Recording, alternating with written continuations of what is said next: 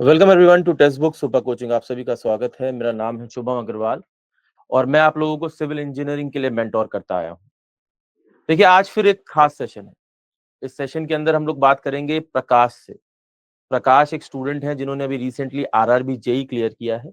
तो जानते हैं कि स्टोरी क्या है, क्या जर्नी है, क्या डिफिकल्टीज है, ताकि जो फ्यूचर एस्पिरेंट्स हैं वो इससे कुछ सीख सकें इस जर्नी से। क्योंकि हम किसी ना किसी की जर्नी से सीखते हैं, उसके किसी ना किसी एक ऐसे चैलेंज को ओवरकम करने की कोशिश करते हैं जो हो सकता है हमारा भी एक चैलेंज हो।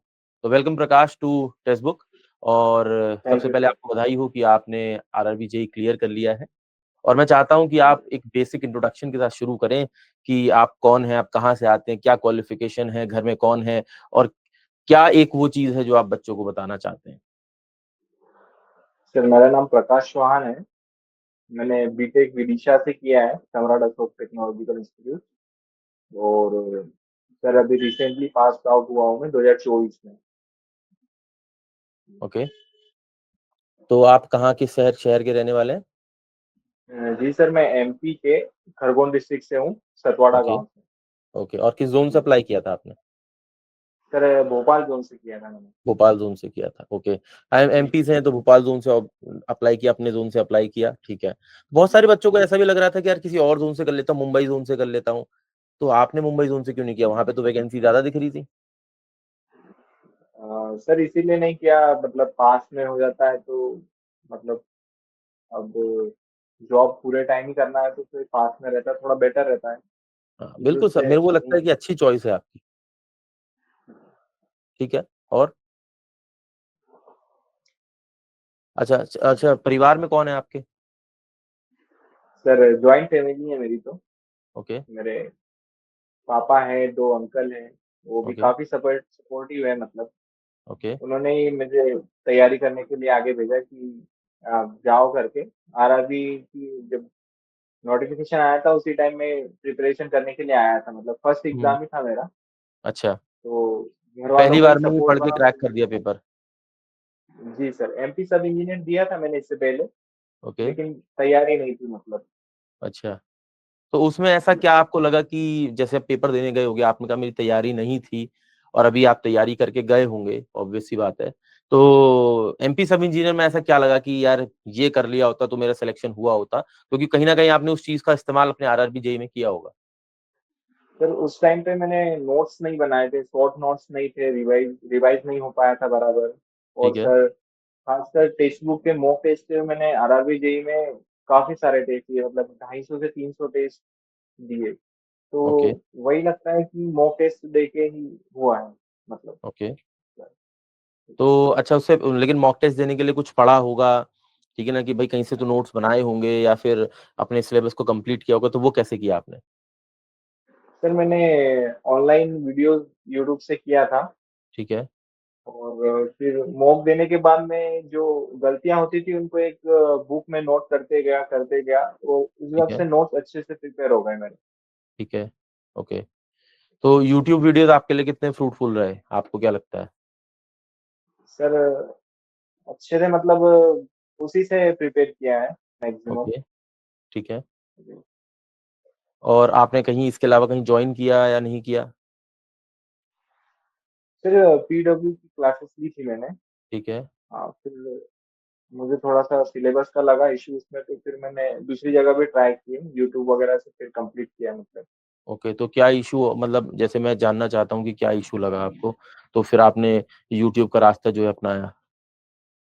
सर मुझे लगा, मतलब थोड़ा सा सिलेबस, मतलब एक जगह से नहीं हो पा रहा था कंप्लीट। ओके। ठीक है। मतलब कुछ ना कुछ कमी लग रही थी हर बार मॉक टेस्ट में कि ये पोर्शन नहीं पढ़ा हुआ है या हम्म। ये छूट गया है। हम्म। तो वो धीरे धीरे कवर हो गया था। ठीक है, तो यूट्यूब में आपने कैसे क्या क्लासेस करी? सर यूट्यूब में जस्ट पार्टिकुलर टॉपिक से, मतलब क्वेश्चन नहीं बनते थे, वो टॉपिक पूरा कंप्लीट कर लेता था, उसको नोट कर लेता था। ठीक है। और फिर उसको भी रीड कर रहा। ओके, चलिए, अच्छी चीज़ है। अच्छा, आपने जब ये आरआरबी जेईई के लिए प्रिपेयर किया होगा, तो प्रिपेयर करते समय कुछ परेशानियाँ आपको लगी होंगी। तो मैं चाहता हूँ वो 2-3 परेशानियाँ जो मेजर आपकी रही आरआरबी जेईई के लिए, वो आप बताइए, उसको कैसे ओवरकम किया बताइए। क्योंकि बहुत से बच्चे होंगे जो अब आने वाले आरआरबी जेईई के लिए प्रिपेयर करेंगे, तो मुझे लगता है कि हो सकता है वो परेशानियाँ उनकी भी हों। और इस सेशन का जो ऑब्जेक्टिव है वो यही है कि आप उन परेशानियों जो आपने फेस करी हैं, वो आने वाले बच्चे थोड़ा आसानी से टैकल कर सकें। ऐसा नहीं कि फेस नहीं करनी पड़ेंगी, फेस तो करनी पड़ेंगी। लेकिन हो सकता है जो परेशानी का हल निकालने में आपको 12 दिन लगे, अगला 2 दिन में कर ले। तो आपके जी। इन स्टेटमेंट्स की वजह से वो ईज़िली अपने प्रॉब्लम को सॉल्व कर पाएगा। जी, सिलेबस कंप्लीट किया था, मतलब जैसे कि लग रहा था कि अब सिलेबस हो चुका है। हुँ, लेकिन जब मॉक टेस्ट दिए थे ना, तो मार्क्स मतलब 150 में से कभी 40, 50, 50 के समथिंग ही मार्क्स आते थे। तो वो हुँ, फेज़ काफ़ी बेकार था, मतलब कि सब हुँ, तो पढ़ लिया है लेकिन मार्क्स इम्प्रूव नहीं हो रहे हैं। हुँ, तो फिर सर मॉक टेस्ट काफ़ी बड़ा है, मतलब और जो हुँ, नहीं आता था उसके लिए नोट्स बनाया अलग से। हुँ, फिर उनको ही रीड करता था और फिर नए मॉक जो देता था उनमें जो नहीं बन पाता था, फिर हुँ, उनको वापस से नोट्स में करता था, मतलब लिख लेता था उनको। उसके बाद में सर धीरे-धीरे मार्क्स 60, 70, 80 फिर 90, सर कम से कम 5-6 मंथ लग गए धीरे-धीरे बढ़ने में। बस अच्छा, यही मैं है बीच कि में जो आपको रोक रहा हूँ एक बार के लिए। मैं एक मेरे मन में एक सवाल आ रहा है क्योंकि आपने मॉक टेस्ट की बातचीत करी। हमने इस बार जो आरआरबी जेईई के लिए मॉक टेस्ट जो डिज़ाइन किए थे, ठीक है ना? तो बहुत सारे मॉक टेस्ट थे जैसे कि आपने लगाए भी उनको।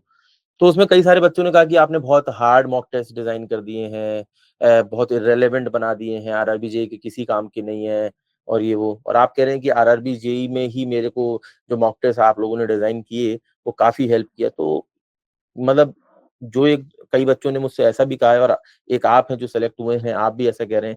तो मैं किस चीज़ को किस पे यकीन ज़्यादा करूँ? आप क्या सर कहना मॉक चाहते हैं? टेस्ट हार्ड तो होते हैं, मतलब हुँ, लेकिन उनसे काफ़ी कुछ सीखने को मिलता है। मतलब हुँ, जैसे ईज़ी है तो ऐसा तो है नहीं कि जो एग्ज़ाम में आने वाला है वही मॉक टेस्ट में एग्ज़ैक्ट मिल जाएगा। थोड़ा बहुत हुँ, ऊपर-नीचे तो होता ही है। हुँ। तो हेल्पफुल तो है सर, मतलब ऐसा नहीं है कि काफ़ी मतलब एक्चुअली मैं टफ है अपनी सोच मॉक टेस्ट। बताता हूँ, हम लोगों ने मॉक टेस्ट ये सोच के डिज़ाइन किया था देखो आरआरबी जेईई का पेपर बहुत सालों बाद हो रहा था। अभी जी, हमें भी नहीं सही पता क्योंकि 6 साल बाद, 7 साल बाद पेपर हो रहा है। तो इतने समय में तो पूरा पैटर्न, उसको पूछने का तरीका सब चेंज हो जाता है और इस बार बच्चों ने वो प्रॉब्लम्स फेस भी करी हैं। हालाँकि आपने फेस इसलिए नहीं करी क्योंकि 2024 में ही आप पास आउट हुए और प 24 में ही पेपर देने को मिला, तो पहले के पेपर्स में वो कितनी चीज़ें रही हैं और कई सालों की वो जर्नी बहुत सारे बच्चों को क्रॉस करनी पड़ती है। वो मैं चाहूँ मतलब अच्छी बात है कि आपको नहीं क्रॉस करनी पड़ी। लेकिन ये है कि मुझे लगता है कि हमने वो जानबूझ के थोड़े बहुत हार्ड इसलिए भी बनाते हैं, क्योंकि पेपर और ज़्यादा टफ या और ज़्यादा वर्स्ट आ जाएगा तो फिर उसके लिए आप तैयार रहते हैं, जी। ठीक है। और क्या आपको लगता है कि आरआरबी, जेईई में बच्चों को ध्यान रखना चाहिए पढ़ने के लिए? सर शॉर्ट नोट्स काफ़ी ज़रूरी है, मतलब ठीक है। क्योंकि जब एग्ज़ाम क्लोज़ आ जाता है तब नोट्स जब नोट्स बड़े होते हैं तो फिर पढ़ नहीं पाते हैं, मतलब रिवाइज़ हुँ, हुँ।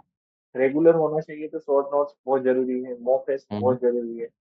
ठीक है। जी सर, यही है। आपको क्या लगता है कि आरआरबी, जेईई में कौन-सा सब्जेक्ट बहुत ज़्यादा क्रूशियल रहा? प्रिपरेशन अगर आपको आरआरबी, जेईई के पॉइंट ऑफ व्यू से करनी है, तो कौन-सा क्रूशियल सब्जेक्ट है जो जिस पे सबसे ज़्यादा ध्यान देने की ज़रूरत है? Sir building materials, equipments, okay, sir इनसे काफ़ी क्वेश्चन आ रहे हैं। ठीक है। 40 नंबर के लमसम इसी से सवाल थे। ठीक है। तो इसके लिए आपने जी कैसे सर। प्रिपेयर किया? क्योंकि इसके लिए तो कहीं भी कंटेंट अवेलेबल ही नहीं था। सर मैंने काफ़ी सारी बुक्स भी लगाई, मॉक टेस्ट भी लगाए, लेकिन ठीक है। पर्टिकुलर बिल्डिंग मटेरियल्स के मैंने सर ज़्यादा से ज़्यादा बुक्स लगाई है, मतलब। ठीक है, जैसे कोई बुक एग्ज़ाम्पल? सर यूथ की बुक आती है जो वॉल्यूम 1, वॉल्यूम 2 करके, ठीक है, सर लेकिन वो ये तो मैंने पूरी मटेरियल के लिए लगाई लगाई है। हो ना, बिल्डिंग कंस्ट्रक्शन के ज़्यादा सवाल थे पेपर में, एडवांस कंस्ट्रक्शन टेक्निक्स के ज़्यादा सवाल थे, जी। तो इसके सवाल कैसे करे आपने? सर ये मॉक टेस्ट से ही प्रिपेयर किया है और उसके अलावा अब मॉक टेस्ट बुक्स में तो से आपने भी डाले थोड़े हुए बहुत थे यार, पढ़े हैं। जी। ठीक है, ओके, चलिए। तो फिर भी मैं जैसा मेरा एक प्राइम फ़ोकस रहता है, अभी तक मुझे लगता है कि जितना भी डिस्कशन हमने किया है, उस डिस्कशन के अंदर अभी तक ऐसी कोई बात नहीं निकल के आई है जिससे हम स्टूडेंट को हेल्प कर सकें, जो भी बच्चे आगे चल के प्रिपेयर कर रहे हैं। आपको लगता है कि कोई ऐसा एक पॉइंट है जिस पर आप फ़ोकस करना चाहते हैं और एक बच्चे को कहना चाहते हैं कि यार इस चीज़ का थोड़ा-सा ध्यान रख लेना, क्योंकि आरआरबी जेई के लिए मुझे लगता है ये सबसे इम्पोर्टेंट बात थी। सर मुझे तो सिर्फ शॉर्ट नोट्स का लगता है, मतलब ओके सर मेरे नोट्स 15 से 20 पेज के अंदर पूरा सिलेबस मैंने कवर अप कर लिया था।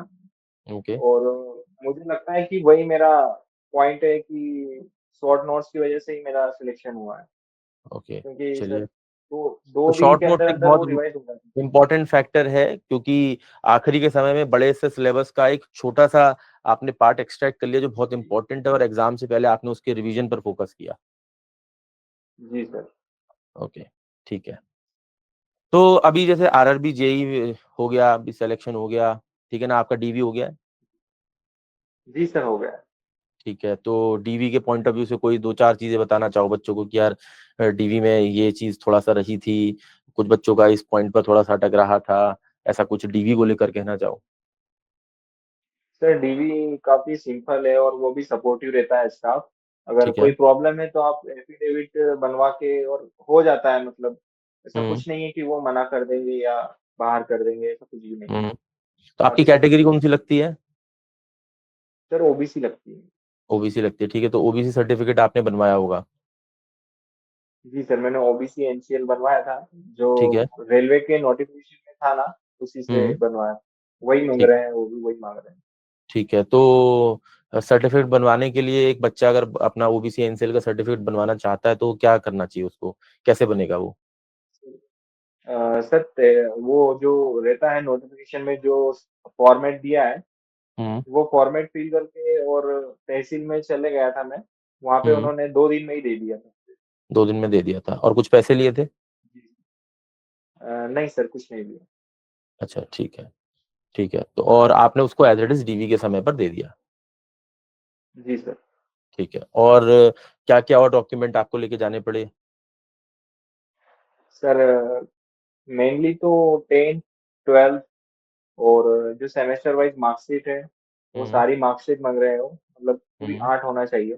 हम्म। उसके बाद में ओबीसी एनसीएल और पासपोर्ट साइज फोटो, आधार कार्ड में करेक्ट होना चाहिए, पापा ठीक का है। नाम, अपना नाम। हम्म। बस सर मेनली तो यही है। ठीक। और डिग्री नहीं थी सर मेरे पास, तो प्रोविजनल चल गया था मतलब। ओके जी। ठीक है। तो कुल मिला के अभी आपको क्या लगता है कि आरआरबी जेई क्लियर करने के बाद अभी क्या कोई डिफरेंस है जिंदगी में? तो जी सर काफी डिफरेंस है। क्या डिफरेंस लगता है? बहुत। सर बहुत कुछ लगता है, जैसे काफी आसपास बहुत कुछ चेंज देखने को मिलता है। तो वो क्या चेंज है, और मैं चाहता हूँ कि आप थोड़ा बच्चों से शेयर करें। सर थोड़ा सा कॉन्फिडेंस आ जाता है, मतलब हम्म कि नहीं कि थोड़ा सा कुछ है, मतलब आपने थोड़ा अचीव किया है कुछ। हम्म। ज्यादा बड़ा तो नहीं, लेकिन हाँ ठीक है, मतलब आपको थोड़ा सा बड़े छोटे में थोड़ा सा रेस्पेक्ट मिलने लग जाती है। इस टाइप से बहुत कुछ चेंजेस आते चलिए। चलिए, कुल मिला के Prakash, I am very happy for you, and मैं यही चाहूंगा कि आगे भी आप अच्छा करते रहें, और हो सकता है आप आगे चल के और भी पेपर देना चाहें तो उनको भी दीजिए, ठीक है ना। और हैं। जी आपको सर। जिंदगी में कुछ भी और बेहतर सीखने को मिलता है तो आप कभी भी हमारे साथ शेयर कर सकते हैं। हम बस एक मीडियम है जिसके माध्यम से बच्चे सीखते हैं और सीख कर अपनी जर्नी को कंप्लीट करते हैं, ठीक है। तो आज के इस सेशन से भी जो जी है सर। मुझे लगता है एक पॉइंट जो है बहुत इंपॉर्टेंट निकला है, और वो है शॉर्ट नोट्स का पॉइंट, कि अगर आप आरआरबी जेई के लिए प्रिपेयर कर रहे हो तो शॉर्ट नोट्स अपने जरूर प्रिपेयर करें, ठीक है।